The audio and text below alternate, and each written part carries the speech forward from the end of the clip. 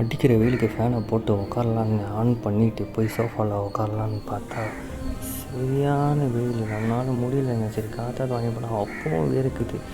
என்ன தான் பண்ணுறதுன்னு தெரியலன்னு சரி கீழே என்ன சவுண்டுன்னு பார்த்தா கீழே பாருங்களேன், இப்போ கீழே காட்டுறவங்களுக்கு ஒருத்தர் எப்படி படுத்து தூங்கிட்டு இருக்காரு பாருங்கள். அவனாலே வெயில் தாங்க முடியல, வேறு என்ன பண்ண முடியும்?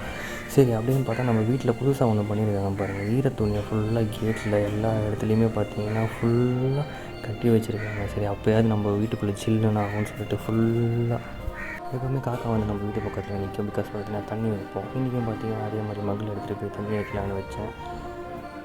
அவங்க பாட்டுக்கு அவங்க டிஸ்டர்ப் பண்ணக்கூடாது. ஸோ அவங்க பாட்டுக்கு வந்து குடிச்சிட்டு போயிடுவாங்க. ஸோ இந்த செவுத்து மேலே தான் வைப்பேன். சரி அங்கேயும் வெயில் இருக்காது. ஸோ அப்படியே வச்சுட்டு அவங்க குடிச்சிப்பாங்க. அதுக்கப்புறம் பார்த்தீங்கன்னா நம்ம ஃபிஷ் டேங்க்ஸ்லாம் நம்ம செட் பண்ணியிருக்கோம்.